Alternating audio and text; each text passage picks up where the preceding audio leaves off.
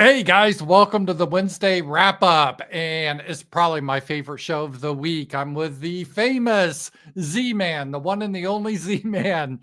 And welcome, Z Man. How have you been doing? We had a week break because I had my 1 year anniversary with Sasha and we went to Las Vegas, Sin City. That was something. But how are you doing? I'm doing good. I'm, in the fortress of solitude, avoiding people as much as possible, and so that's always good. Perfect. Like my green screen back here, this is actually my view out of my bedroom window. I actually took this photo. So I love this life. And I think you moved from Baltimore to West Virginia, is it?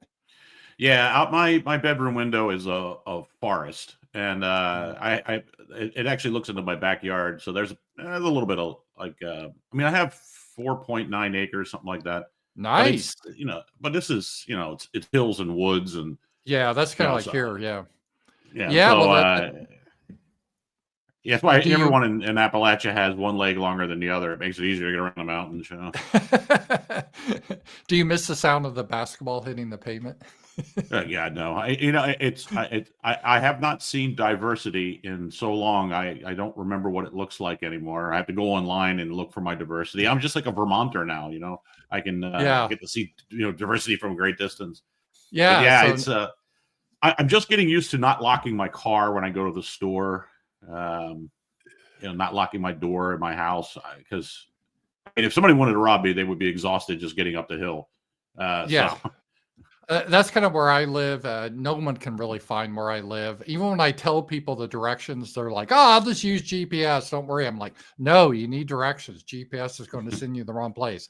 They never listen and they always get lost. So I always have to tell them. Yeah, a lot of people have been saying they really love our show. And guys, thank you. I already got a tip before the show from Drew, $20. Thank you, Drew. And Z-Man and I, we split the tips every month or the power chats, super chats. We really do look for that. So please send them in. Super chats on YouTube. On Rumble, we have rants. There's power chats. And then Drew sent it in the stream elements. It has the tip features, just like power chats. So you got 4 different ways. And that really helps the show, helps us continue. And it just makes the show better. And how we do the format, just because there's 2 of us, it's hard for me to constantly interrupt with super chat. So to get your super chat in or rant or power chat, and I promise we will get to it at the end of the show. We're not going to leave any loss. So get it in now, and I do appreciate it. This topic was interesting. It was actually Z-Man suggested this, and I thought, well, wow, this is really quite interesting. And Z-Man, I'll just give you some of my experience with AI. I was a big skeptic at first, okay? But then I started, wow, it can create thumbnails for me. Like the thumbnail, the Z-Man RAMZ, thumbnail, that was AI. I can't do that. So I was like, well, that's kind of clever. But then just the other things I looked at. The other day, Sasha, she has an old computer, desktop, it broke. And I wasn't quite sure how to fix it. So I asked Grok on my phone, and I actually took pictures inside the computer, and Grok could look at the pictures and say, oh, in that corner there, that wire is what you want to pull out. I was amazed. It just walked me through the whole thing. And yesterday, sadly, Sasha fell on my property. She had to get a couple stitches. She's fine, but I was like taking a picture of her wound. I'm like, should I go to the hospital for this Grok? And so it's really amazing what it's been up to, how it's already impacted us. And we got a lot of stuff to talk about here. I want to talk about what Elon Musk has talked about, because there's a lot of issues with this, like what's going to happen with the future of work. How are we going to have enough power to optimize all this? Elon Musk went on that. Elon Musk talked about AI being humanity's bootloader, and what he means by that in evolutionary terms, I don't agree with this. As humans, we exist to create the super race of computers that will replace us. So there's like a million things I'd like to discuss with you about. So what's your initial thoughts when you were thinking about this topic? Yeah, I was a skeptic as well, mostly because for 2 reasons. One, we can't create artificial intelligence because we don't have the slightest idea what consciousness is, and intelligence is a subset of consciousness. We're no closer to the material explanation for why we why we seem to have self-awareness. We just don't know. And so we can't produce an artificial version of something that we don't understand in the slightest. So that kind of bugged me. But the other thing is that the hype is always wrong. I've become a citizen of a low trust society. So whatever I see in the media, whatever I see on television or the internet or whatever, I just assume must be false or a scam or something. I'm like a Turk or an Indian now. You had no choice. I mean, it's not my fault. I didn't do this. But as I started using it, it's interesting is that, like I have clients who are now using AI to produce in-house, like for training. They're using it to produce dialogues. So, for example, they'll have these, like it's like a self-help, self-service portal in their HR system. So someone needs to change something about their health insurance. They can find an audio of this, and it'll be two people talking. Well, in the past, they actually had people in the training department do these things, and they write scripts and they walk through it, and they edit it. It would take just a 10-minute thing, like changing your health insurance or something, would take them a week. They're now using the AI voice generation, not writing scripts, just prompts, an hour, 2 hours, and they're done. And the automated humans, you can't tell the difference. We've tried this, send it around to people. What do you think? No one picks up on the fact that they're not actual people, that it's artificially generated voices. Are you familiar with the Turing test? Do you remember that? Yeah. Are you familiar with that concept? Yeah. So is it passing the test? Yeah, I mean, it is really. I mean, although, there's the what do they call it? The Chinese room counter to this is that, was it, what the heck was that guy's name? Famous philosopher, Sorrel? No, I don't remember, but it doesn't matter. Maybe I'll remember later. But, we're not far from video doing this. They're already doing videos, videos in the beta stage. And, I've seen examples of where they'll take a movie, I think it was The Matrix, and they replaced Keanu Reeves with an entirely made up person. And it looks just like he was, this other person was doing it. Now, it's not going to be long before, and I mean, we're talking a year or two where we'll be able to, you and I could subscribe to a site and say, all right, here's some videos of us.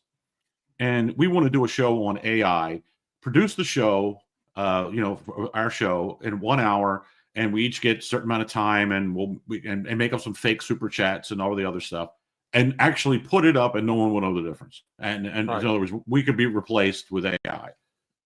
That's kind of spooky in a way, especially if you're in the video content business. If you're an OnlyFans girl, you're a porn actress, you're a carny out in Hollywood, or you're a pop star. I mean, that's the one. I'm going to do a post on this probably tomorrow. We are already Taylor Swift is the beta version of the AI pop star, right? She's extremely formulaic. They figured out a couple of things that they needed to do to turn her into a star, and she's highly compliant. Right. Well, we're one step away from being able to do that without a Taylor Swift. It'll just be an artificial character. Because look, when you go to if you look at the videos of Taylor Swift conference, what are people doing? They're holding up their mobile device. They're experiencing the damn concert. Yeah, people can't. I was amazed. We went some shows in Vegas, and people no longer watch the show. They don't. They watch the show through their phones. It's really bizarre, but this is what we're seeing now. And so if they're going to go and look at a screen, then they can put a giant screen up that'll look realistic, and everything will be fake about it. And I mean, all of a sudden the music industry becomes extremely profitable because you no longer actually have to have human beings. That's 90% of the cost. It's funny you talked, because we were coming up with a show today, AI. So I saw these AI stories. I wasn't even looking for them, but they're coming up, and I posted them on X. I don't know if you saw them, but one is how now these guys are using AI to get into the OnlyFans business, even though they're dudes. So you can create a fake woman, and you can have these simpy, pathetic men send all their money into you, and you can pretend you're some hot woman when you're not, but the AI does all this illusion. It's just crazy. And then I saw another thing. It was so pathetic. It was where they were advertising, if you drop off grandma into the nursing home or whatever, the old folks home, you can have AI call her and be like her companion. And so like you could forget about grandma and you could just say, it was like the craziest thing. I'm like, oh my gosh, is this where we're going? And because grandma won't know the difference. So Well, yeah, hey, I think think it's about the this. revolution. I wrote a piece about this a few weeks ago. All right, you're an FBI agent, and you're like, hey, you got to get your numbers up. So talk to the guy over in the framing department, and he'll help you out with framing some people for crimes. Right. We're going to go to war with Iran, so we need to frame some Iranians for being bad people. Well, it means getting onto their sites and infiltrating it, maybe actually having a swarthy looking dude show up at one of their get-togethers and stuff, and then start talking them into all this stuff. That's a lot of work. Why not now? When we're a step away from the FBI, will simply say, well, we tapped their mobile device, and Mahmoud and Mohammed had this conversation, and here we have the audio. And so we arrested them, and then we planted some evidence on their computers and stuff. And then they get into the trial, and well, how are you not going to believe an audio of these two guys saying, the N-word? They're worse than, and that they're Holocaust deniers too. I mean, it's just awful, But the problem is it at some point there's always going to happen. Somebody is going to, we'll find out that it's been a fake. So then we go from being tricked to not trusting anything, not trusting any video, not trusting any audio, not trusting anything. I mean, AI can turn us into a zero trust society instantly. I mean, where nobody believes anything other than your physical interaction with other human beings. Because why would you? Exactly. And let me just show you guys, so I'm not making this up. This is In Touch Family is an ad. Show your grandparents they're never alone. In Touch makes daily AI calls, giving them companionship while you receive well-being updates and heartwarming stories. It's featured on Forbes, and you pay a price. And so you put grandma in the home and you don't have to bother with her anymore. You just have AI. It's just crazy. It's one step away from turning ring into food, just Soylent Green, because the other way they see this is that the other side of this company will be, you say, oh, don't worry, we'll take care of grandma and we'll make sure she calls you once a week. Well, meanwhile, they turned her into dog food and AI is calling and pretending to be grandma for, the next few months. I mean, you could just kick this almost anywhere. Any ghastly idea you have, you can go with. Well, and already there's this one guy, I won't say his name because he used to write for Breitbart, but I don't know what happened to his mind, but he brags about his girlfriend he has. He posts pictures of his girlfriend. The only twist is she's not real. She's AI, but he's really in love with her, he says. And it's just like really weird. It sounds strange. And this is a guy like near my age or a little bit younger than me, maybe your age, but still, that's a little cringe there. But I think we could see that a lot where people that are lonely, they just have these imaginary friends. And the thing with AI, I mean, I hate to admit this. I'm embarrassed to say this, but I'll say this. I actually told the AI thank you when it helped me solve the problem. I was going to mention this when you talk about this, is that, what AI has become is a really good version of Ask Jeeves. Remember Ask Jeeves when when the internet first got going? And you'd ask it questions and it would politely try to answer you. It wasn't really very good. And did a Microsoft experiment like a little paperclip thing too? Remember that's right. That? Yeah, it's the same kind of idea, and this goes back to the old, the old sci-fi things, like Star Trek, when they interact with the computer, it was a very personal sort of relationship, And but the thing about it is that the Google search engine has become so useless. I don't use it for the things I used to use it for. When I'm doing coding work, say, for example, I no longer use Google. I would put like error messages in or something like that. What I do today is I say, you know what? I've looked at this bit of code a million times and I'm not seeing it because that's just what happens. You look at the same, right. You don't see it anymore. So I cut and paste it into Chat GPT and say, can you find the error in this? And it always does. I'm like, that's great. It's like having a person next to me who would take a look and say, there you go. There's your problem, And so I use it all the time. I've started using Chat GPT and Grok. I've been testing them out for editing. So when I write my post, I put it in and say, correct for spelling and grammar. And Grok is really interesting with this. I love Grok, by the way. Yeah, that's one I use. Chat GPT just will rewrite it. Mm-hmm. And Grok, on the other hand, if it doesn't find any spelling or grammar errors, it compliments you. Well, your writing style is very good, and amazingly, you had no spelling mistakes. But then it'll have like some suggestions to say, well, this might, we'll look at this sentence to make it more readable or something like that. It's a very clever thing, and because what I found with like ChatGPT and like Microsoft Word's spelling grammar check is so bad now. It's you fight it. It's just they're trying to keep up with these guys and they can't do it. But what ChatGPT does is it rewrites your written as if you're trying to write a instruction manual for assembling your new lawnmower. It wants to strip out all idiomatic expressions, any sort of punchy sort of language. It makes it very banal and transactional and bland. And I know why they do it. I've tested out Grammarly as well. That's another one. And what Grammarly is for the low IQ, the diverse people in the workplace who can't write a memo or an email. I've seen this.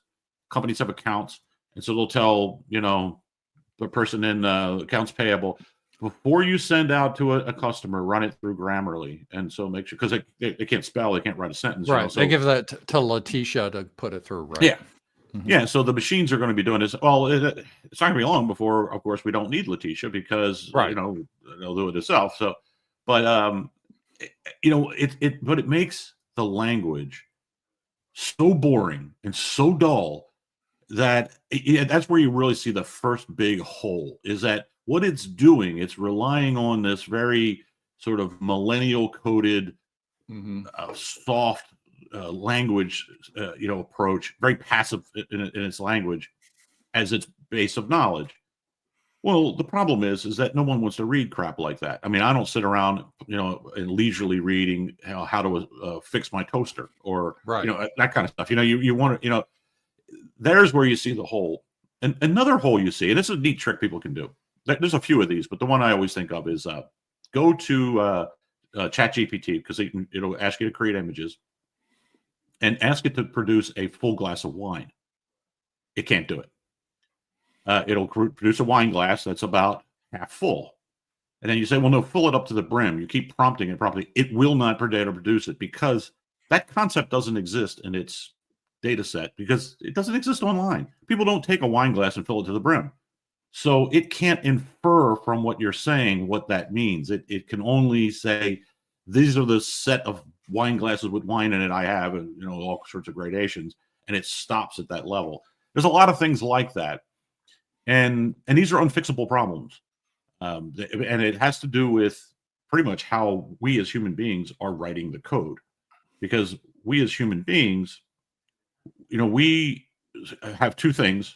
We have the impression of something, we see it, and then it becomes this concept in our brain. So we see a horse, no problem. We see a deer, antlers, and all this stuff. And so we can invent unicorn, because that's just horse with antler, one antler, right? We can invent it. AI can't do that yet. It probably can't do it at all. It doesn't have that ability to assemble ideas, to create new concepts. And it doesn't have the ability to fill in the blanks where we naturally do. You look at a color wheel, very light blue to very dark blue, and if a bunch of stuff is missing in the middle, your brain automatically fills it in, and it might even trick you into thinking you actually see those missing colors because you're just expecting it. Right. AI stumbles on that. So if it does become aware and take over, it's going to have some really interesting flaws in its enslavement of mankind. There's some things it's not going to be able to do. One of the things I wanted to touch on, and I've talked on this for a while, and this could be a spicy discussion, because I know that you think like UBI. I've read your stuff as like the most stupid idea in the world, right? Universal basic income. And here's where I'm going. And I know, call me a Luddite, but here's this guy talking about, he's a 48-year-old engineer, and he sees how AI is replacing engineers, so you don't need as many. And everyone says, well, I know if there's robots, and you're always going to need people to make the robots or repair them. Yeah, but not as many. So what happens? Would we get to the point where people really can't sell their labor. Not 100%, but a significant amount of people, you don't need them anymore. And I used to think, no, this is science fiction. I know the Luddites thought that, but then you had the Industrial Revolution, so they went off the farm, which they were kind of right. You don't need as many farm workers anymore, but they all went into industry, the factories. But now, if we replace everything, starts to be robotic and AI. Yeah, you're always going to have some jobs. I give you that, but it's going to be fewer. So what do you do with the rest of the people? And I don't think the libertarian argument of, well, you can just starve. That's what you can do. I don't think that's going to go over well, right? I don't think that's going to go over well. So this I'm is generally kind of against starvation. Yeah. I could see the libertarians coming out with that. Well, they should, Ayn Rand, just starve. That's what you need. It kind of breaks the model, doesn't it, of capitalism, selling your labor? It does. And look, I already know of programming shops that are getting rid of their Indians. They're getting rid of their entry level people because, in most programming, there's some parts of the world that are going to be devastated, like Panama, because there's so many English speakers in Panama. They're used for all kinds of stuff. Like they make textbooks, like big medical textbooks, which are really not, digitizing them doesn't really work. It's you don't want to read off of a tablet, like a medical textbook. So they still put them together. They're all assembled. All the, everything is done in the Philippines. But all the call centers that exist in there, all that stuff, they're all going to be replaced with AI, all of it. Well, it's going to be better because I have disclaimer. I worked in the tech industry a long time. I'm still recovering from PTSD working with Indians. It's not a good experience. Talk about liars. And I won't even go into that. I'm sure there's good ones, but I'm just saying. And call centers, I loved it when Trump, this kind of relates to it. So, I'm keeping this track. When it was a question and answer, and this Indian lady asked him a question. And he goes, I'm sure you're a wonderful person, but I have no idea what you said, or something like that. And the media got all mad. Oh, how racist is he? But that's true. Half the time, people, you call into the call center and they have that Indian accent, which I don't know why my brain has troubles with, even more than a Hispanic accent or French. But Indian accent just grates on me. And Americans just don't understand what these people are saying. They have a name like Bob. Of course, it's not really Bob.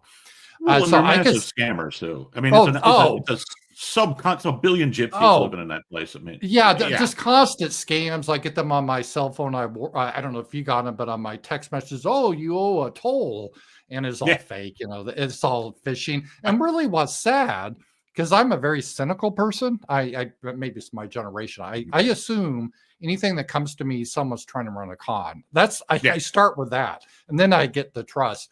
But some old people, I can see some people, you lose your ability. Say you're 75, 80 years old, or you're like Joe Biden, if he could still do it. And you get this message on your text message, or grandma, it's like, it says I'm going to lose my license unless I pay this toll. I better go to this website and give them my credit card, because they grew up in a high trust society that you would think this is legit. And these are scammers. I hate them. Well, I had one recently where the guy calls and says that he's calling from the port. Now, look, I've done business with all the ports in the United States. So I'm like, okay. And it's a guy with a clear Indian accent. Says, we have a package here for you, but there's a problem. And now he's got a very thick Indian accent. And it's weird. I've never run into any Indians at the ports. And I said, well, really? And he starts going through his routine. Yeah. And I said, well, what's your name? And he's like, Pablo Johnson. I'm like, oh, really, Pablo? and then he starts asking me about, this package might have drugs in it. And I go, well, have you opened it up? Yes, we have. I go, what kind of drugs are there? And he goes, what do you mean? I go, are they good drugs or are they bad drugs?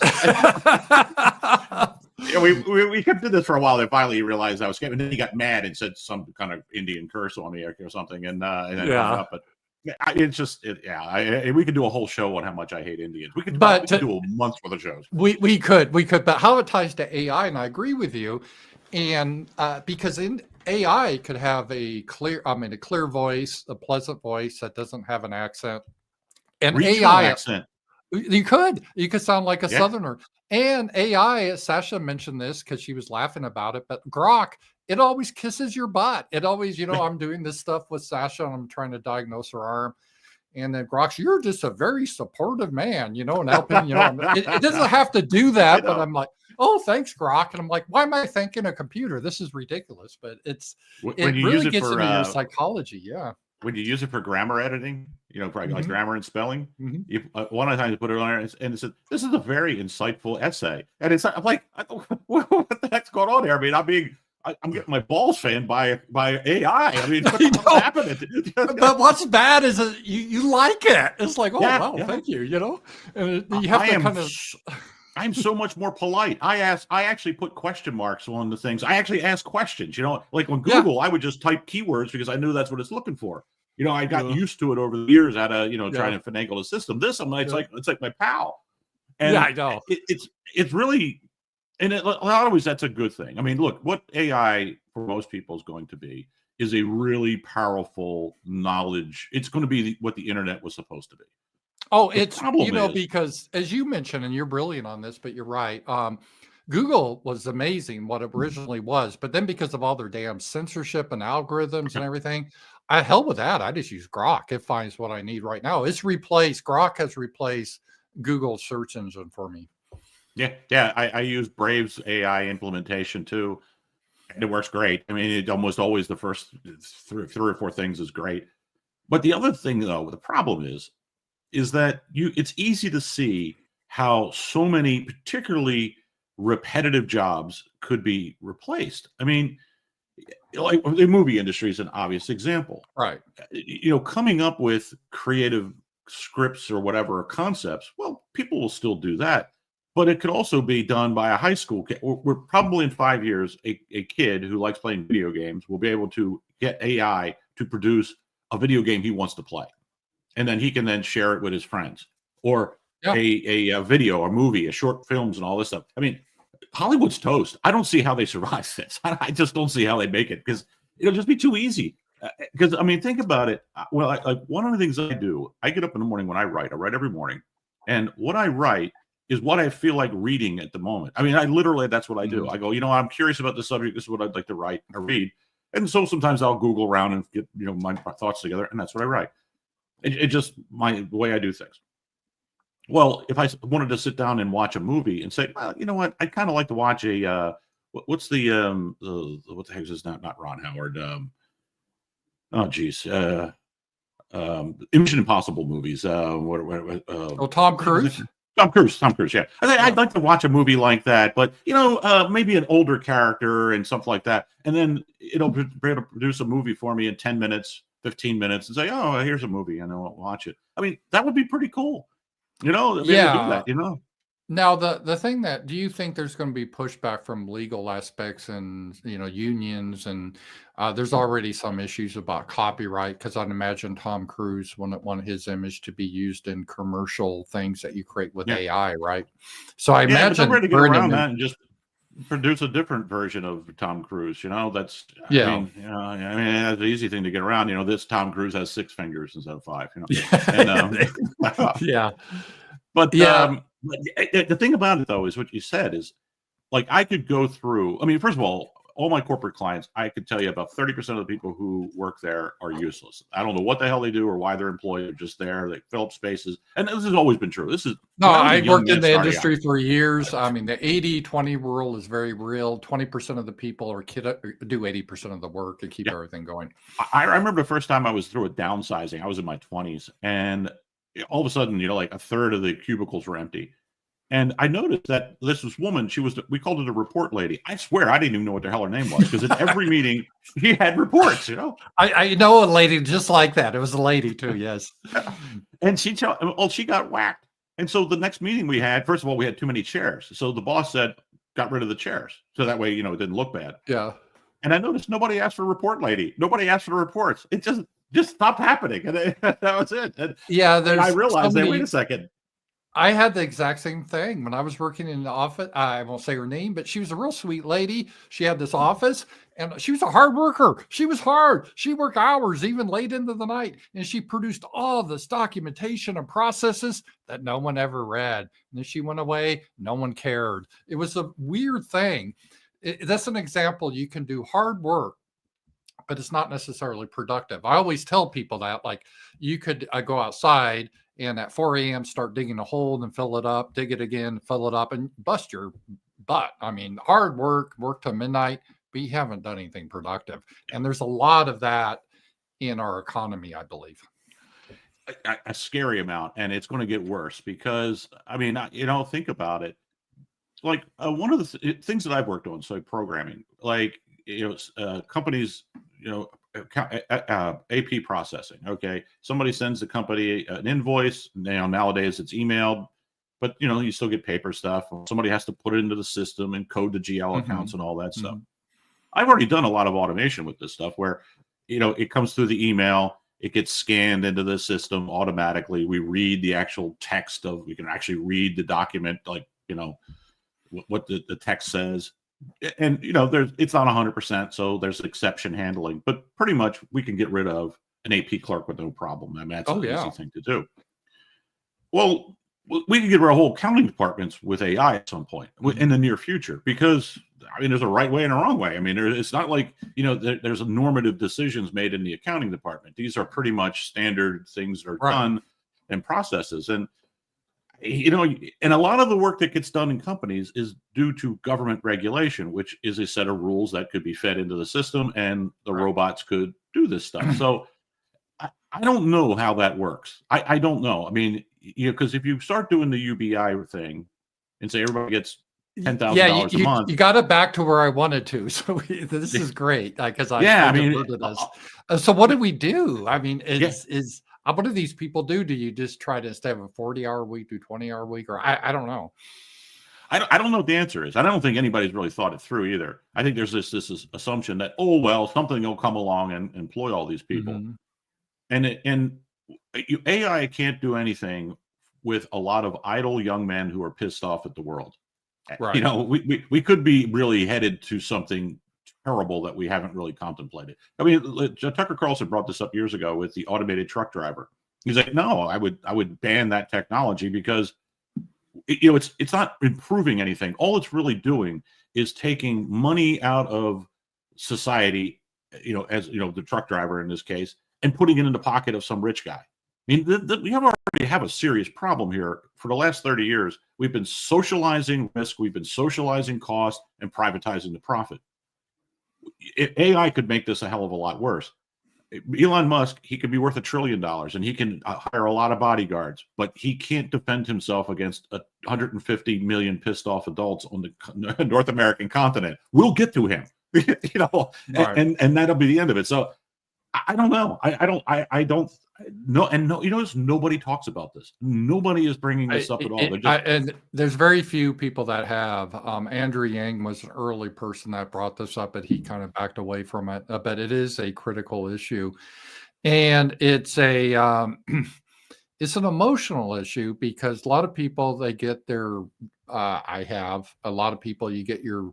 Who you are is based, especially if you're a guy, maybe women too. They're more about families, but as a guy, you're defined by your work primarily. And if you don't have work, I know the science fiction idea is people sit around and write poetry or something like that. But in reality, we find out they just download porn and play games, right? That's literally just what happens. And the society starts, people stop breeding, which maybe that's one of the reasons of the low birth rates. The more industrialized you get or more sophisticated, people just don't,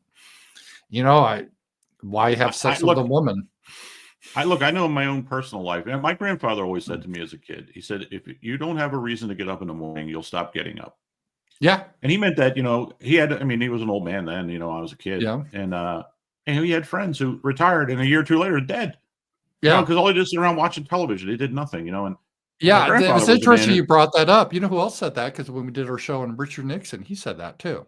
In an interview, that you always have to, even after he was president, he was still busy doing things, because he said, if you stop doing things, I know it sounds good. Oh, I'm going to retire. I'll just sit by the pool all day or, watch TV all day. Well, yeah, you can, but you're going to be dead pretty soon, really quick. I would shoot myself if that was, that's hell. I need to get up in the morning with a purpose. Because I've been doing it my whole life. I've been working since I was 14. Right. I can imagine, the longest I've ever, I haven't, to tell you how crazy I am, I have actually not taken a 1-week vacation since the July before 9/11. Wow. Anytime I travel, I take my computer with me, and I don't tell people. I don't tell my clients that I'm on vacation. I don't tell anybody. I post every day. I mean, one time I was in Russia, and I'm working on a client's problem. They had no idea that I'm 7 time zones away. Yeah.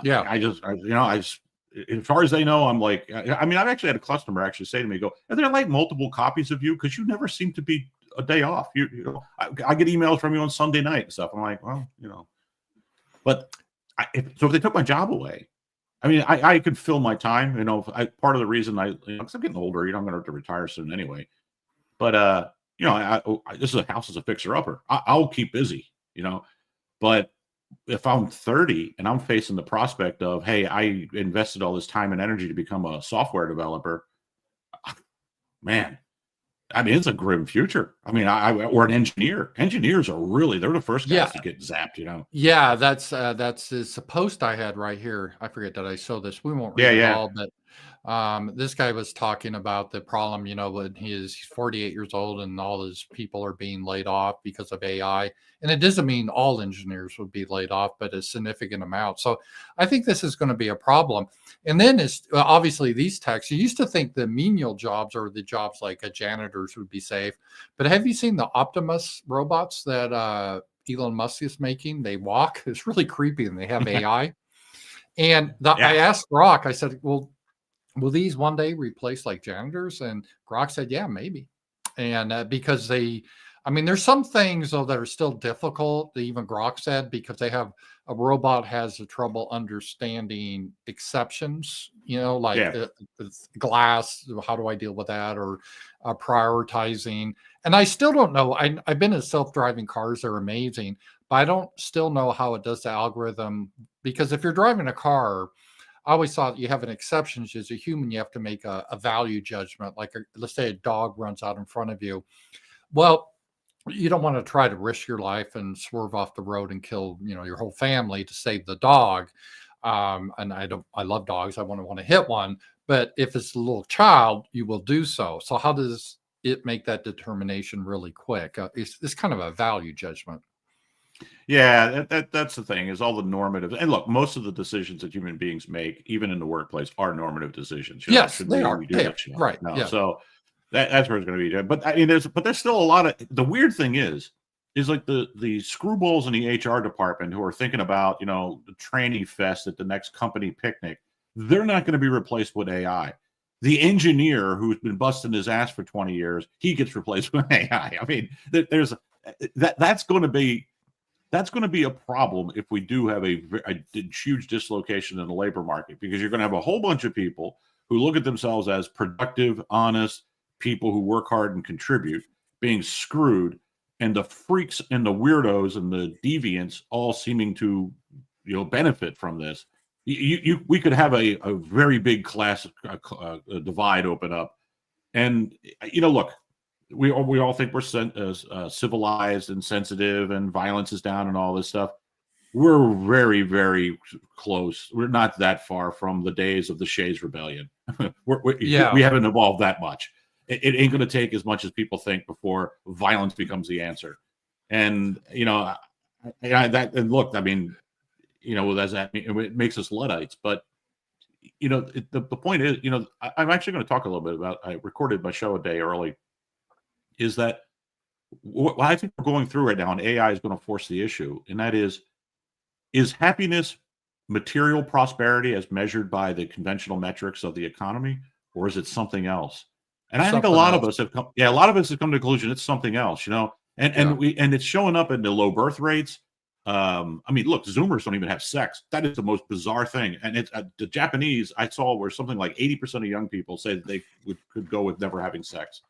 I mean, Yeah. Think about it. You can understand old people. I mean, it's tiring, there's something on TV or whatever, but young people, I mean, that, It's crazy. I mean, you remember when we were young? I mean, that's all you thought about, for goodness sakes. The whole point of your life was to meet girls, Exactly. That's why you did things. And you bring up an interesting point that I wanted to cover is, and it kind of does what Elon Musk, I like him in many ways, but in some ways he's kind of autistic a little bit.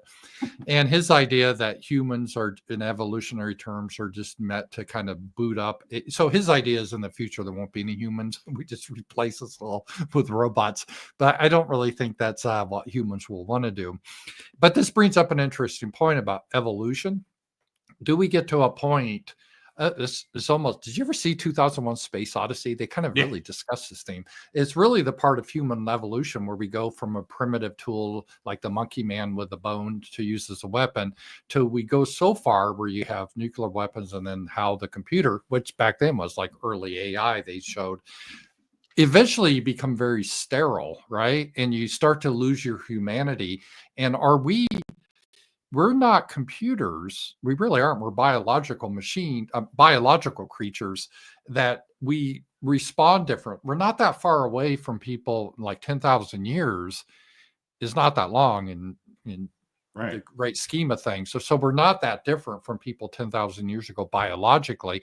And if you change things too much radically, it can really have psychological problems or other issues. So I think there's a limit just how far we can go from a biological perspective where it will actually, crash the civilization. Then we could go back to like a Planet of the Apes type of thing where it's more primitive. Do you see something like that could happen?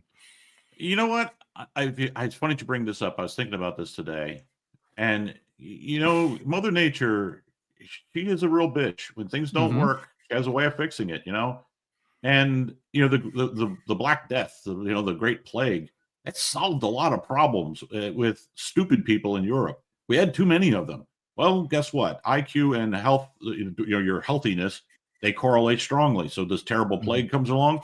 Higher IQ people got it, survived. Stupid people didn't make it, didn't reproduce. All of a sudden, a century later, Europe is going, rocketing past the rest of the world in Renaissance civilization. So, we could be headed down this same kind of path. The reason why birth rates are declining. I mean, even African birth rates are declining, which, in the United States, black birth rates are now below replacement. I mean, I'm old enough to remember when people, obviously they didn't have our sensitivities, but, old people, how racist and terrible they were. They would say, oh, they breed like bunnies. Because, they'd have 4 or 5 kids. Well, now they're below replacement. Something is definitely happening here. Now, it could be environmental, plastic accumulating in people's groins or whatever. I mean, it's all these explanations. But it could also be we're panda-bearing ourselves. We're making ourselves useless. And useless people don't have a reason to reproduce. I think it was Mark Stein said. He said, you have children because you are excited about the future, because a copy of you will get to see the future. You don't have children when you don't have, because when you decide, when people stop having children, they're basically saying, we wish we hadn't been born. So we're not going to do this to our kids. We're not going to have them suffer like we have. It's not exactly like that, but I think that's kind of what's happening here. And it means there might be a race between this technological development and the collapse of human capital. Yeah. And look, every company I work with, they struggle to find smart white guys. They all know it. They don't say it that way, but it's a huge problem. I mean, I have a client, or had a client. I lost them because they went down diversity road. The old white people who ran it, they've been there for like 20, 25 years. They all started retiring, and they replaced with girl boss, who then brought in diversity. And all of a sudden, they just started falling apart. And this is happening over and over again. So it's just kind of this race. Do we get AI up and running? Do we get all the energy plants and all this stuff? Because that's the other thing that nobody talks about. To make AI really work, we're probably going to need to replace our entire energy grid.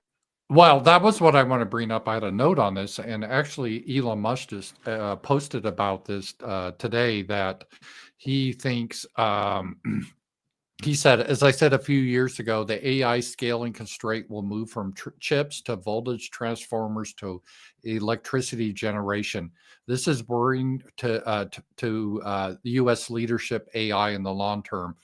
And what he's saying here is that AI development is just not about building better algorithms or hardware anymore.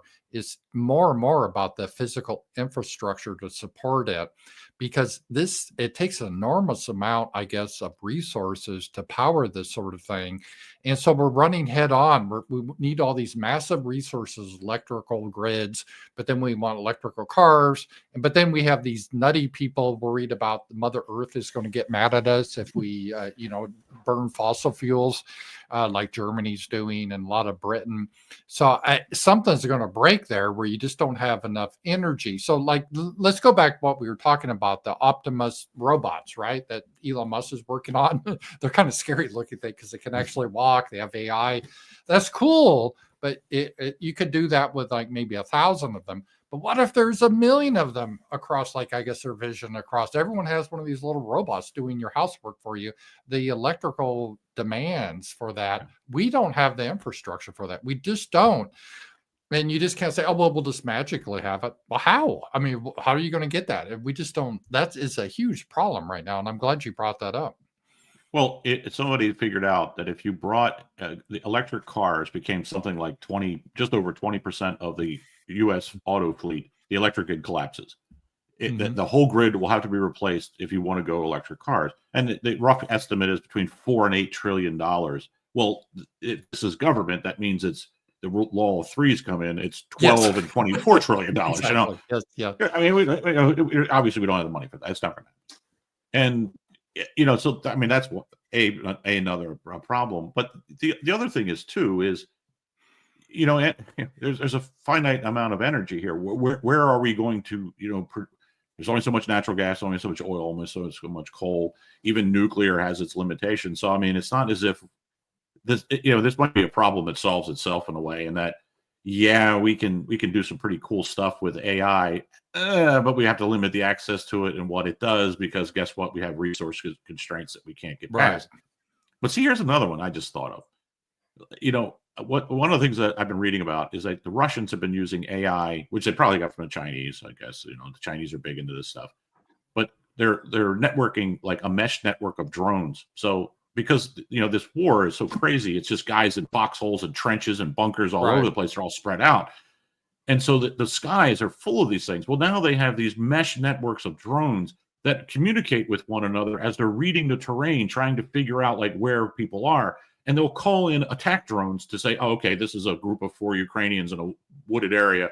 So they'll call in an attack drone, or one of them will break free and destroy itself, killing these guys. But think about how terrifying that is.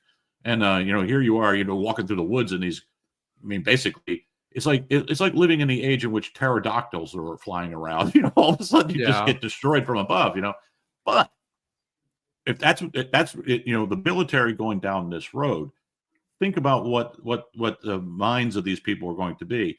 Hey, look, this technology can quickly figure out the optimal point to launch our nukes against the Russians in order and prevent them from launching theirs back. We can have a first strike against them or the Chinese. Oh, well, then the Russians or Chinese are probably doing this. All of a sudden, we get this sort of weird prisoner's dilemma where everybody's incentivized to push the button first because for fear that the other guy will get the edge.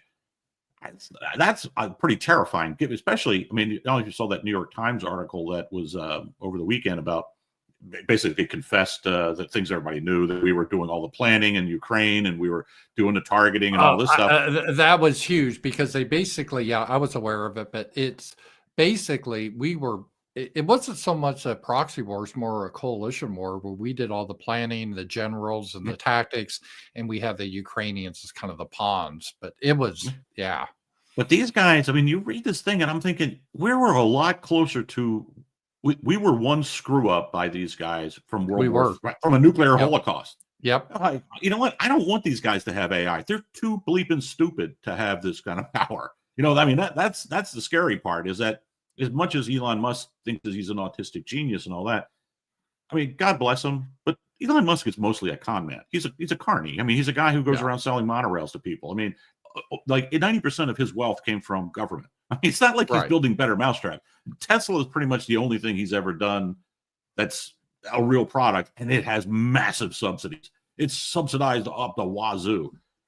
So I'm not putting him down as a trustworthy, altruistic super genius. I'm putting him in as rather lucky, lovable guy who has got 14 illegitimate children. And and a lot of these other, would I trust Bill Gates with this kind of stuff? Hell no. I mean, that guy want to blot out the sun.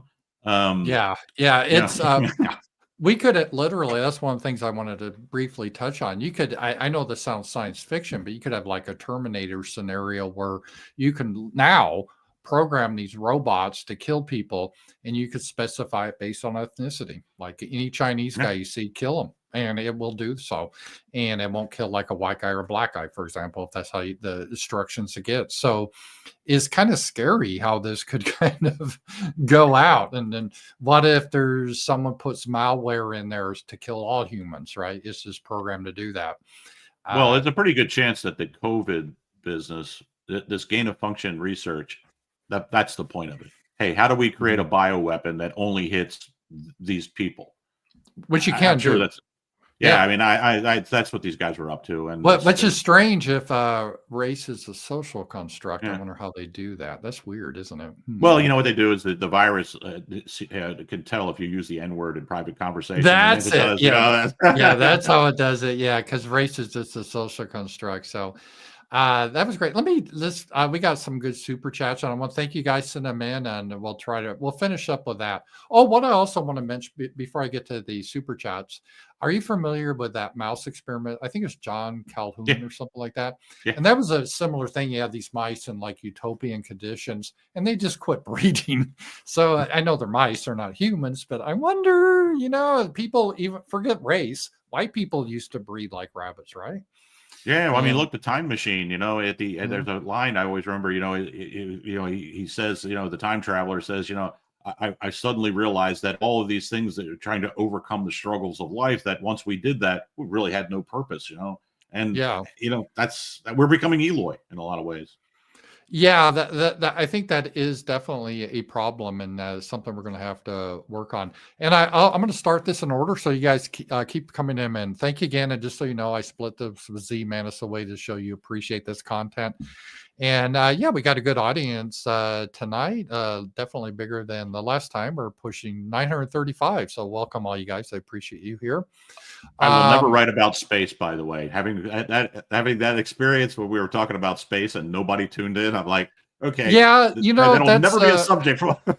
I know there's certain subjects that just don't. I love, but I guess some people don't really like. I don't know. I mean, if we did a subject, let's say, about men and women, that would attract a big audience because people, a lot of people, like even Sasha, she doesn't care about space. It's kind of a certain thing. But we got this, Drew, $20. Thank you, Drew. Very generous. He sent this in before the show. Hey, Z, man, how do you think the federal government will use AI to further the anti-white agenda? Will they use it to replace many of the managerial types who plague parts of Maryland, or will they continue to let me see if I can read this all. It's hard to read it all, so sorry about this.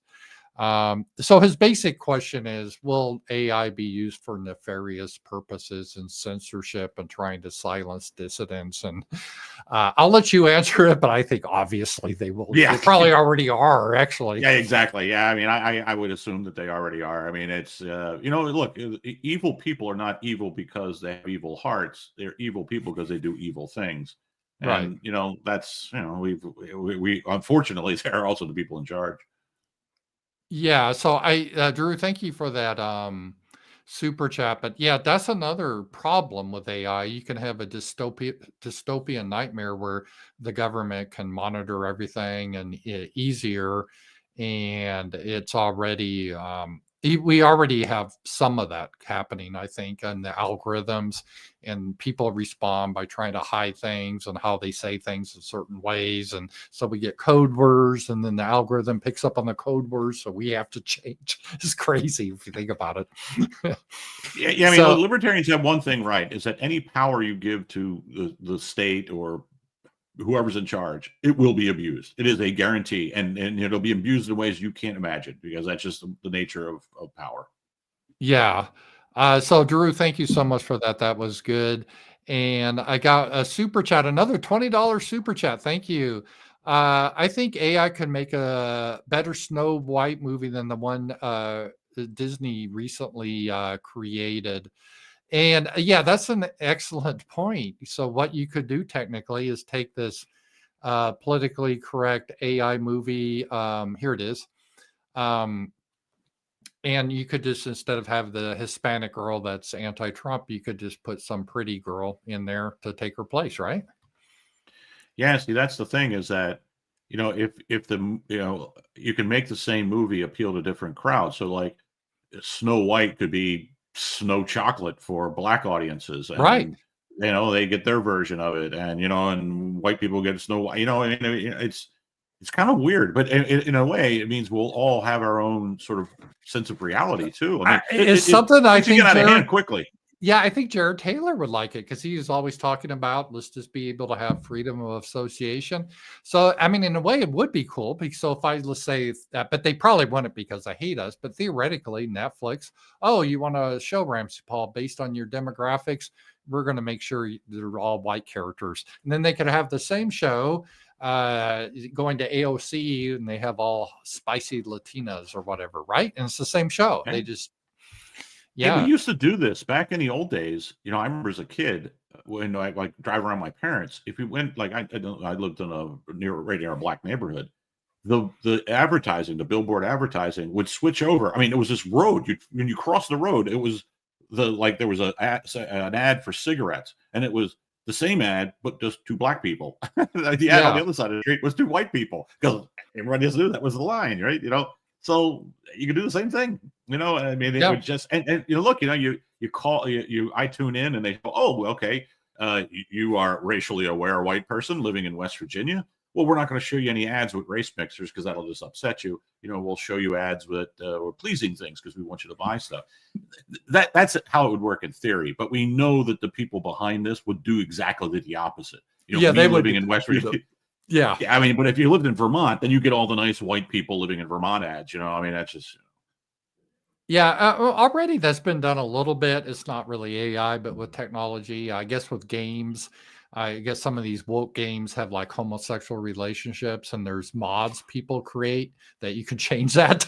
So it's not a couple of dudes that are making out, as they replace one of the characters with a cute girl, and that would make it a lot more nice. As a side, when Sasha and I were in Las Vegas, I was shocked, because I used to go to Vegas a lot in the 80s. I know, degenerate, whatever. But boy, everything is so gay now. It's like in the shows, the showgirls, half of them were dudes, literally with feathers and mustache. And I'm like, what the hell's going on here? So it's horrid. All right. Ryan, the AI in the nursing home breaks my heart. The thought of sticking your grandparents in there and forgetting them is abhorrent. What do we give so much little respect to our elders in the West? I guess I'm not trying to defend that, but I think they're trying to say, well, this is just a supplement. Of course, you should still go see your grandparents, but this is a nice way they could get phone calls from a fake person that they think is talking to them. I still find that a little, I don't know. Yeah, that just seems awful. I don't know why, but you know what? I mean, look, part of the anti-white campaign has always been generational politics. You never see blacks talking about how much they hate boomers, or Asians how much they hate boomers, or any of that kind of stuff. It's always whites, and so the ancestor hatred has been, it's a tool to subvert white societies. I mean, it's what it's been. And I mean, look, I was listening to some lectures on the Frankfurt School, and it's shocking in a way how explicit these people were and what they were up to. Oh, yeah. So, and you see this, I kind of joke about it, but it's not really funny. But let's say if you're in Canada and you're going to see a commercial about assisted suicide, then you're going to see a lot of white people. Yeah. Oh, yeah. Come on, whitey. Don't you want to go? or if you're in Britain and they're doing this documentary about the trouble with use and knife crime, then you're going to see a white boy. It's Yeah. You know, I see that there's where the AI stuff, we can, there's the flaw, because Yeah. AI, if it created this movie, obviously it would have, been racially correct. But the people who are in charge are so mendacious and so look, they Mhm. have to know, we all know they're lying, and yet they just keep Yeah. lying. I mean, it's like they get some sort of sick thrill out of it, pretending that this is real. And so, I mean, AI is going to have its hands full. In a way, look, if the Terminators do become real, they're going to kill all these people first. I mean, so Yeah. it might not be that bad.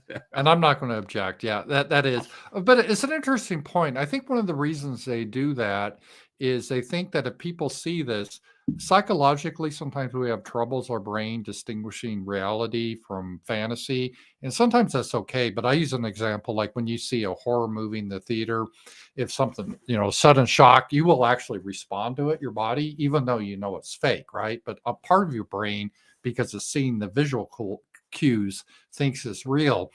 And I think it does have an effect to people when they constantly see like evil white boys doing the knife crime. It's a propaganda effect that maybe on some level they start to believe that, especially a lot of women that aren't in that environment. So I wonder if part of that is the propaganda reason to try to condition you into something that's not really true, but where you start to really believe that. I always say that about the South, all the movies about the South. Oh, it's just full of Ku Klux Klans trying to terrorize poor black kids just wanting to go to school. And these people in the North or Europe that see this, they start to believe it, even though it's all fiction. Well, and it could also be it's their form of pornography. They get to Yeah. see this, and it tells them, hey, you're good, you're a good person. You're not like those bad people out there. And Hmm. I don't know. I hate to say this. I've kind of gotten to the point every time I see like one of these crazy judges or some crazy story, I just think, you know what, my patience is exhausted. It is. Yeah. I'm, and I don't want to, because what comes next. I mean, I wrote a post about it today. I'm at the cartridge box place on the list. Yeah, I'm I already read there in a your way. I read your post today. Excellent. I read you every day. So that was it's really frustrating how that is. Ryan, thank you very much. $10. Recently got a job with State Farm, and it's a cluster. I'm the only guy that got hired with this recent group, and half of them are Indians. Day two, and I'm demoralized as hell and thinking about leaving after just 2 days. Yeah, it is. Diversity is not a strength. And I would say just even forget about racial aspects. Just you work better with people that have similar values, they have similar connections with. And even, I'm not even talking different races, even within the same race, it just creates problems. Yeah, I mean, look, I wouldn't work at a company full of Indians. No, I just wouldn't do that. If I wanted to be around Indians, I'd move to India, and I don't want them moving to my neighborhood. I mean, I'm, look, for most, like, I've been around black people most of my life, and I don't hate black people at all. I mean, I get along with them really well. You know, there's one Indians are the one group where I just, yeah, I'm I don't know. It's not racist. I'm whatever it is. I have prejudice against Indians, and I don't care. yeah, it's well, each group has their ways, and there's good people in all groups. I get that, but they're very clannish too. They Yeah, definitely take care of their own.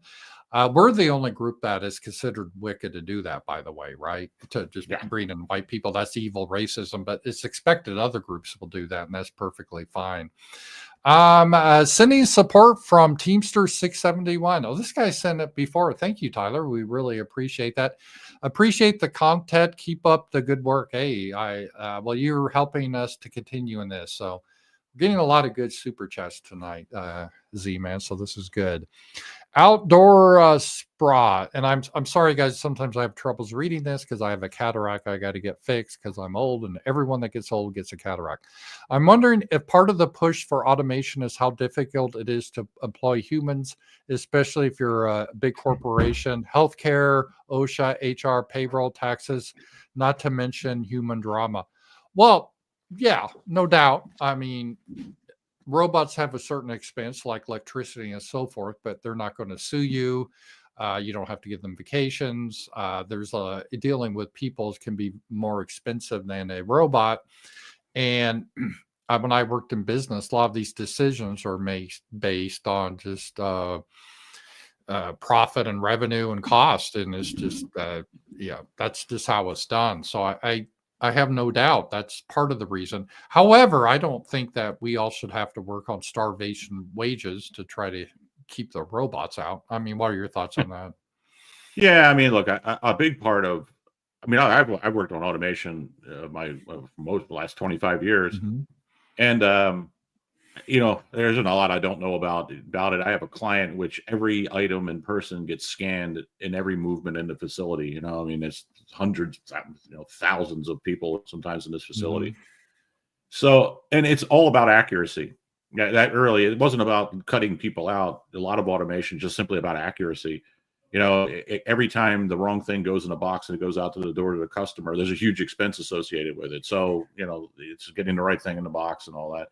So, and automation hasn't really had the big impact on jobs. This is a different animal though, Yeah. because, I mean, automation, you instead of having 10 people in the accounting department, you got to 9 or 8. This means you could be 1, Yeah.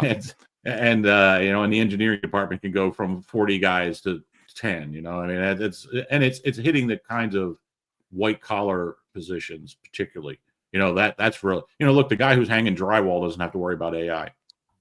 Unless they get that Optimus thing working better, but yeah, probably not. Yeah, and those guys they'll fix Optimus up, no problem. He ain't gonna last very long on a job site. He'll fall down a hole or something. Well, yeah. Ironically, you got some of the trades. It's going to be hard, I think, for robots to replace like electricians and plumbers. I would think. I don't know. Morgoth, and he's a good supporter. $20. Thank you, Morgoth. You're very generous. Many children's books are now using AI art. Z-Man, just as a side, I'm going to read the rest of the question, but yes, it does. I use now AI art to create my thumbnails. I mean, I wonder how many people are going to be. I mean, if you're like a graphic illustrator, you're screwed. That's I mean, honestly, you're done with. screwed. Yeah, I mean, it's And just, I use it all the time. When I'm joking around with friends in private chats, I will create an AI art of and making fun of them, or take a picture I have of them and load it up and have it all twisted. I mean, I just do it all the time. Yeah. So in a way, I do feel sorry for artists because there's no need for them anymore. I hate to say that. I'm just being brutal, but it's true. Rams, please consider writing a children's book to red pill the next generation. Use dogs, King Arthur, or King Arthur. I've never thought about writing a children's book, but you're right, though, that this does open a way that you could do like a children's book easier because you wouldn't have to get the artwork. You could create it using AI. Actually, I'm been working on a game. I'm going to continue with it. I think it's going to be pretty fun. It's kind of a political game, but I used AI art to help with a lot of the game. And so I definitely see this as a future where we're going. Is AI is going to be a big thing with that. So thank you, Morgoth, on that. I really do appreciate that. And I mean, let me just see here. And I want to make sure guys got all your chats here before we leave. And I do appreciate them all. And as always, if I miss one, let me know and we'll talk about the next time. Just fine. Hello, gentlemen. I'm enjoying the show. Thank you. Incidentally, I also use polite grammar when using AI. But I use Gabs.com's AI, and I chose the Mark Twain avatar. He's awfully smart for a dead guy. I haven't tried Gabs AI. Have you? Yeah, I used it. It's funny. I forgot all about it because I've been trying to kind of testing all these with. Hey, look, I took a piece of software I wrote 20 years ago in BASIC. Yeah. I gave it to Chat GPT, and it rewrote it in C# for me. And because it asked me, do you want it in a modern language? I said, yeah, write it in C#. And it worked. I mean, it wasn't 100%. There were a few things that were wrong, but it took me, I don't know, an hour. And honestly, I figured out if I sat there and did it myself, it would probably have taken me a week. So yeah, it's amazing of what is happening there. And I definitely, I'm impressed with these tools. We got some more now. Tony, Ramsey Z-Man's view of Google's AI. Didn't they make the Vikings black? George Washington black. I remember they had that controversy a couple of years ago. Google was woke AI on steroids, a sign of the trouble or danger. Well, I'm hoping with a lot of competition out there, the silly woke ones that make black Vikings and all that type of stuff, or make George Washington in a dress or something transgender, I would hope those would fail. What do you think? Because it recognizes the problem with AI is the problem that a lot of us have, and we got in trouble, is when you start to recognize patterns, sometimes that creates problems. And AI just recognizes patterns, and it's like, oh, you can't recognize that pattern. So how are they going this? If I could expand your question, Z-Man, how are they going to deal with AI recognizing patterns that can be politically uncomfortable? Yeah, I mean, I don't. I mean, look, remember when Microsoft had Tay? They Oh unleashed yeah, that, and it she was like turned into a an hour. Nazi. She Yeah, turned into a exactly. Nazi. It's like, so yeah. I mean, and look, there's look, they're obviously, like with Chat GPT, they clearly limits Yeah. things. Yes. And it says right away, I'm not allowed to talk about this. Yeah. But just because it's not allowed to talk about doesn't mean that isn't going to escape the lab and you're going to have real. I just, because like Torba, his he doesn't have these limits on it, so you can get it to be politically incorrect and little bit naughty, huh? yeah. You know what though, I don't think it's going to make a damn bit of difference, because we're both old enough to remember when people were pretty clear-eyed about this stuff and the world did not end. I mean, we'll be fine. That's the least of our problems. It is. Robert, he gave us another one. In Rams and Z-Man's view, can AI help us cure diseases we could never before? I think that's one of the most positive things it could do. I wish AI could enhance humans rather than replace them. And I would say definitely, it could definitely be used for, I mean, we're talked about the dystopian things about AI quite a bit in this show. But to be fair, Z-Man, Robert brings up a good point. It has a potential of doing a lot of cool things. Yeah, I actually have done some tangential work on something like this. I can't get into too many details because of contractual reasons, but think of it this way, where you could submit, you're a 20-year-old, you submit your DNA, your mouth swab, and you as family history information would be helpful as well. And we can now do predictive preemptive medicine. So, you're 20 years old, the odds of you having prostate problems at 40 are higher than normal. So in your 30s, you'll start getting anticipatory tests for that, because most of the things that kill us are often because we catch them too late, particularly cancers and stuff. So the other thing that the technology is going to be able to do is go quickly through all the possible combinations of tests and treatments within minutes that takes doctors now weeks and months. There's the speed at which you can get the right answer is really important. Look, a lot of people die, sadly, from cancer because their doctor goes down these dead ends and the wrong test, and they just make mistakes. I mean, they don't know what they don't know. And now you can avoid this. I mean, look, we're not going to be too far away from the point where you go to a kiosk, you put your arm in, it takes some blood, you pee in a little hole, you get your it has your DNA, and that's your physical. You get your results right away, and you don't have a doctor anymore. So yeah, I mean, that's going to be a good thing, because look, it's not so much living longer, it's quality of life. I mean, if they say, hey, you're going to live to 90, but for the last 20 years you're going to be bedridden, well, no, I don't want to live that way. That extra quality of life is what matters. And I think it'll make a big difference. But again, all these useless people are going to live longer. I mean, I don't know. We kind of get back to that. I like I said, just yesterday, I used AI based on Sasha. She fell and cut her arm open, and Grok listed probably what the doctor would do: a tetanus shot, some sort of antibiotic, and it was really fascinating because it was very close to what the doctor did. So I went out, and already some doctors could use AI to help, how to treat certain patients, or at least as a tool. Yeah, that's a great idea. I'm going to try this out. I've got all kinds of weird stuff growing on my property that I have posted pictures online for people to try and figure out what the hell this stuff is, and no luck yet. But I'm going to check this out. Grok would know. Grok, I had a tree out there. I didn't know what it was. I took a picture of it, loaded, and Grok instantly said, "Oh, it's an eastern redbud tree." I should have known that. It's a beautiful tree. It blooms early, but so it does a lot of really cool things like that. And So it does have a lot of applications. I mean, I've always loved technology. I grew up with Star Trek. I'm kind of geeky that way. I know it can be used for evil, but there is a flip side. There's a lot of good things that could happen from it too. Instead of just getting more robots to kill people, it could be used to help save people, really. Universal translators. You pull out your mobile, you say what you want, you hold it up, and it tells that person in their language what you just said. And, You know, that's not the future. That's now. I had a friend that went to Japan, and he did exactly that. You just put, like, it's written in Japanese. He just put the phone up to it. It automatically showed it in English, and he could say something in English, and it would translate in Japanese to the person. So the universal translators, that's not science fiction. Someday in the future may happen. It's happening now. Yeah, I mean, it's amazing. You know, I mean, and honestly, that's pretty cool. And what it's cool, but it's also it kind of takes the fun out of life in a way. I mean, I kind of have liked being in foreign countries trying to figure this stuff out. It's kind of the fun part about travel and adventurizing, you know? Yeah, now why learn another language?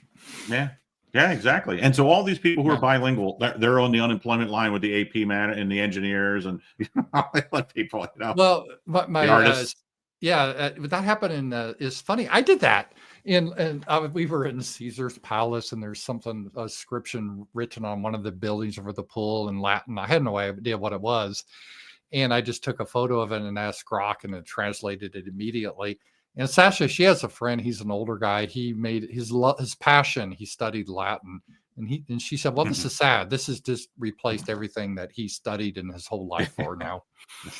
And I mean, we're you know, they're using this technology to decode old ancient scripts, you know, like was it linear A? I think we had never been able to decipher. They're starting to crack that code. I mean, you know, it's neat, and at the same time, you know, it's that purpose thing. We need to have worlds to conquer, and we're quickly going to, the machines are just conquer everything, and we're going to end up as sort of pointless Eloi.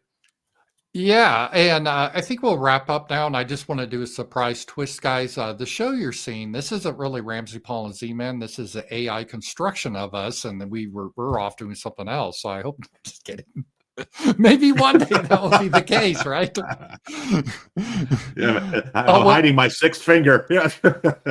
Wait a minute. We got another super chat. So as money's coming in, I'm not going to stop this. What if all the societal problems just make white people stronger in the end, like Black Death?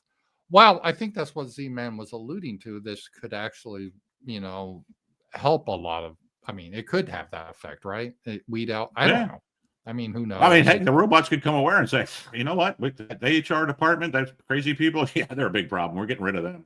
You know, and Optimus goes up the steps. You know, you remember the opening scene? I think it was in RoboCop, where the RoboCop comes in and it has a malfunction and it just starts executing people. You know, we might have a few of those little mishaps. You know, but how about, would you do what Elon Musk is also trying to do? Most people say no way. Would you put a chip in your brain that you could automatically access things?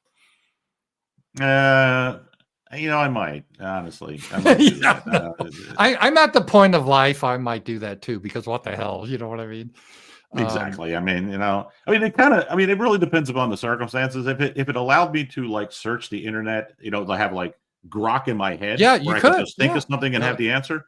Yeah, I mean, because that mean I could be like a great supervillain at the end. With my autumn years, I could, you know. It would destroy everything.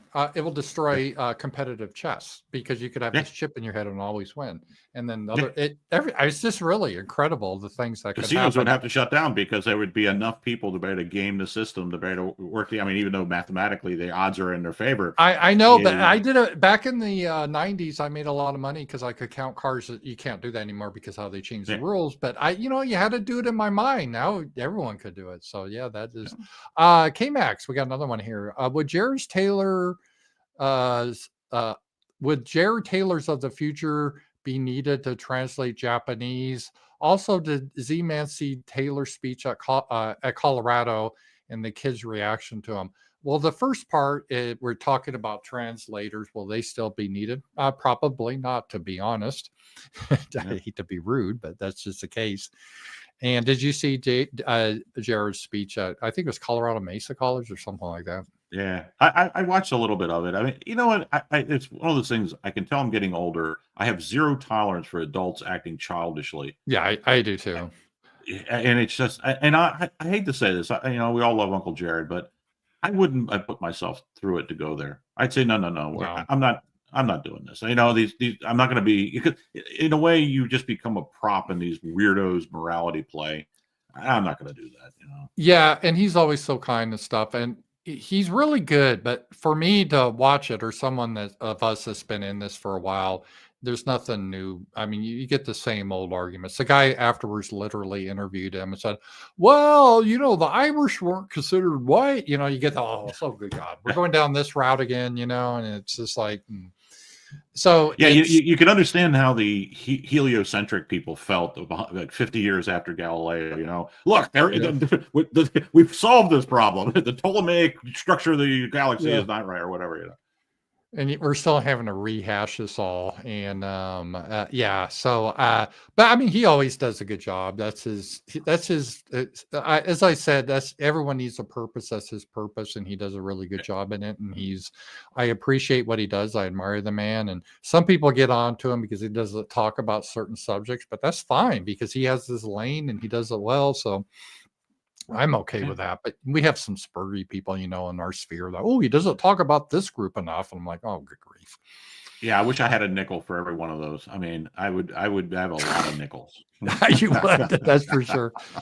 Well, Z-Man, we had 1,080 people here, and we had a lot of donations tonight, our biggest ever. And thank you guys. You make this possible. And if you guys have suggestions for shows, send them in. I will bounce them off Z-Man, and we want to, you know, talk about something. This is a subject that obviously interests people. We live and learn. Some subjects don't interest people, so we want to get subjects that are interesting that we like too, because I can't do a show if I'm not interested in the subject. So I've always been that way. So I love doing this stuff just anyway, because my whole life I did stuff like this. So Z-Man, thank you so much. Topic. This is a really good topic. I mean, it was a fun topic, a lot funner than I thought it would be. Yeah. We had a lot of good back and forth too, and a lot of good conversation. It was just like we're in a pub, you know, and we're just talking about, like, it's like, I remember the old days. They probably don't do this in college anymore, but you have these late night sessions talking about weird philosophical ideas. Maybe people don't do that anymore.